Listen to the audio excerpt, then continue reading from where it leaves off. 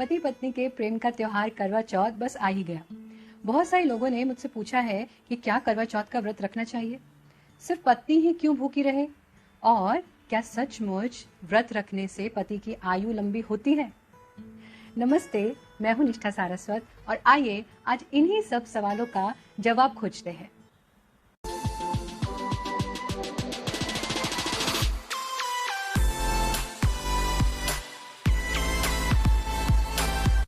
हम पूरे विश्व की एकमात्र ऐसी संस्कृति हैं जहां हर रिश्ते के प्रेम को सेलिब्रेट किया जाता है, जहां स्त्री और पुरुष को एक दूसरे का पूरक माना जाता है, जहां हम अपने ईश्वर के लिए भी कहते हैं वागार्थे विव संप्रत्यौ वागार्थे प्रतिपत्तः जगतः पितरौ वंदे पार्वती परमेश्वरौ, जो वाणी और अर्थ के समान एक दूसरे से मिले हुए हैं।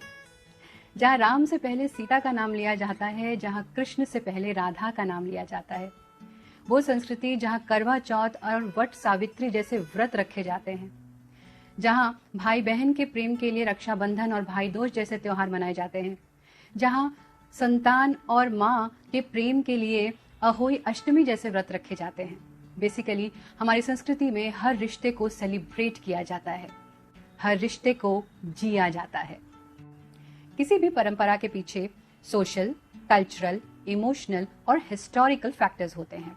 हमारा भारत देश हमेशा से ही वीरों और योद्धाओं का देश रहा है। हमारा देश कृषि प्रधान देश रहा है और सबसे ज्यादा जरूरी कि हमारा देश संपन्न और खुशहाल देश रहा है। हमारी परंपराएं भी इन्हीं फैक्ट्स पर आधारित रही हैं। जहां नॉर्थ इंडिया में करवा चौथ का व्रत रखा जाता है, वहीं वेस्टर्न पार्ट्स में वट सावित्री का व्रत किया जाता है और ऐसे ही ईस्टर्न इंडिया में छठ पूजा की जाती है। ये सभी व्रत पति और संतान की लंबी आयु के लिए रखे जाते हैं। हमारे देश में पुरुष अक्सर रणभूमि में होते थे, महीनों तक लड़ाइयां चलती थी, कम्युनिकेशन के कोई साधन नहीं होते थे, वो कई महीनों तक अपने घरों को नहीं लौटते थे। स्त्रियां घर और खेत दोनों देखती थी, एक दूसरे का सहारा थी, मिलकर रहती थी और अपने पति और बच्चों के लंबी आयु के लिए व्रत रखती थी, पूजा करती थी। सारी स्त्रियां मिलकर के अच्छे से समय व्यतीत करने के लिए त्योहार मनाती थी। यहाँ पर समझने वाली बात यह है कि ये जो भी व्रत हैं, ये वहाँ के मौसम के अनुसार रखे जाते हैं।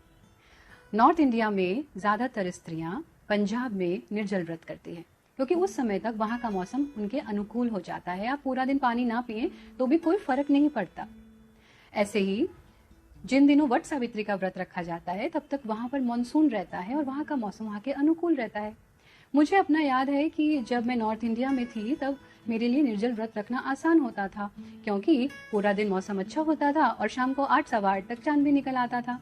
लेकिन जब मैं महाराष्ट्र और गुजरात में रही, तब ये व्रत रखना मेरे लिए थोड़ा मुश्किल हो जाता था, क्योंकि चांद रात को 10 बजे तक नहीं निकलता था और मौसम गर्म भी होता था।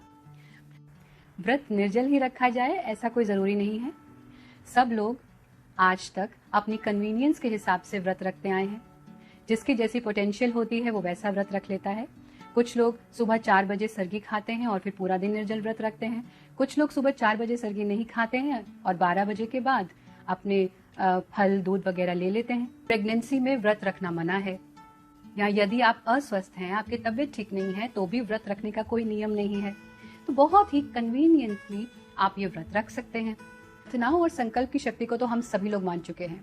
हमारे यहाँ जहाँ सावित्री जैसी स्त्री अपने पति के प्राणों को यमराज से वापस लेके आ सकती है, और माँ सती जैसी स्त्री जो अपने पति का अपमान होने पर अपने शरीर का त्याग तक कर सकती है, ऐसी है हमारी स्त्रियों की संकल्प शक्ति, जो सब कुछ करने में सामर्थ्यवान है।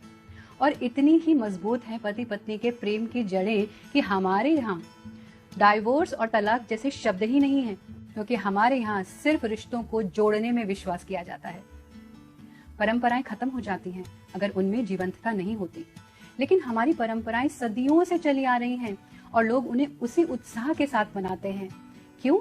क्योंकि उनका आधार प्रेम है। समय बदला, आज बहुत सारी स्त्रियां व्रत नहीं रखना चाहती, तो आप हमारी संस्कृति की खूबसूरती देखिए। कोई उन्हें फोर्स नहीं कर रहा कि वो व्रत रखें। यदि आप अपने मन में प्रेम महसूस करते हैं, यदि आपको लगता है कि ये व्रत रखने से पति और पत्नी का बॉन्ड स्ट्रांग होता है तो जरूर रखें ये व्रत। वहीं दूसरी तरफ अब पति भी अपने प्रेम का इजहार करने के लिए, अपना प्रेम भाव प्रकट करने के लिए अपनी पत्नी के साथ व्रत रखने लगे हैं। यही खूबसूरती है हमारी संस्कृति की कि वो समय के साथ हमें बदलने की फ्रीडम देती है। अंत में मैं आपसे यही कहना चाहूंगी कि करवा चौथ कोई डिबेट का विषय नहीं है। यदि आप अपने मन में प्रेम महसूस करते हैं तो जरूर रखिए ये व्रत, और अगर नहीं करते हैं तो बिल्कुल कोई जरूरत नहीं है। एक दिन करवा चौथ वाले दिन मेरी हाउस होल्ड हेल्प काम के लिए आ गई, तो मैंने उससे पूछा कि अरे आज तो तुम्हारा व्रत होगा, तुम आज क्यों आई काम करने के लिए? तो उसने मुझसे कहा कि नहीं दीदी, मैंने आज व्रत नहीं रखा है। मैंने उससे पूछा कि तुमने व्रत क्यों नहीं रखा? तो उसने मुझे कहा कि मैं नहीं चाहती उस व्यक्ति को 7 जन्म के लिए। उस दिन मुझे बहुत अच्छा लगा, मुझे बहुत खुशी महसूस हुई कि हमारे यहाँ स्त्री को कितनी स्वतंत्रता है।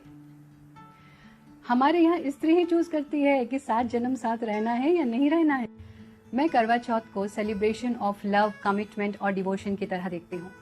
मुझे इस दिन हर स्त्री में माँ पार्वती और हर पुरुष में भगवान शिव नजर आते हैं, जो शब्द और अर्थ की तरह एक दूसरे के पूरक हैं, एकदम बराबर, जो अर्धनारीश्वर का स्वरूप है, जहाँ एक के बिना दूसरा बिल्कुल अधूरा है। एक बात और मैं आपसे कहना चाहती हूँ कि यदि आप इस व्रत को ना रखने का निर्णय ले रहे हैं तो ये निर्णय आप अपनी समझ और सूझबूझ से लीजिएगा, किसी के कहने से नहीं। क्योंकि हमारे देश की नारी सदियों से अपने फैसले खुद करती आई है, किसी से इन्फ्लुएंस होकर नहीं। क्योंकि हमारे सभी पर्व रिश्तों को मजबूत बनाने का साधन है, चाहे वो सामाजिक हो या व्यक्तिगत। आप सबको करवा चौथ की बहुत बहुत शुभकामनाएं। आप दोनों का प्यार हमेशा भगवान शिव और माँ पार्वती की तरह बना रहे। नमस्ते।